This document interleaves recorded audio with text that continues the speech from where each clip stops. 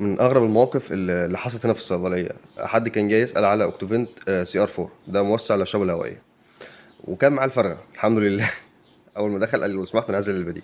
قلت له طب تمام ماشي. فاللي كان موجود الحجم الكبير، يعني هي الشركه عملت تعديل بسيط بس في العبوه، هي انها كبرت الحجم فقط. يعني بكل بساطه الشكل بدل ما كان اللي فوق بقى اللي تحت. تمام. فقال لي لا انا عايز الحجم اللي معايا.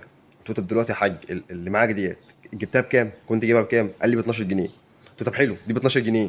طب اللي كانت معاك ديت كان فيها كام شريط؟ قال لي شريطين. قلت له حلو دي شريطين. طب اللي معاك ديت هل اللون متغير؟ هل اللي انا طلعتها لك؟ قال لي لا.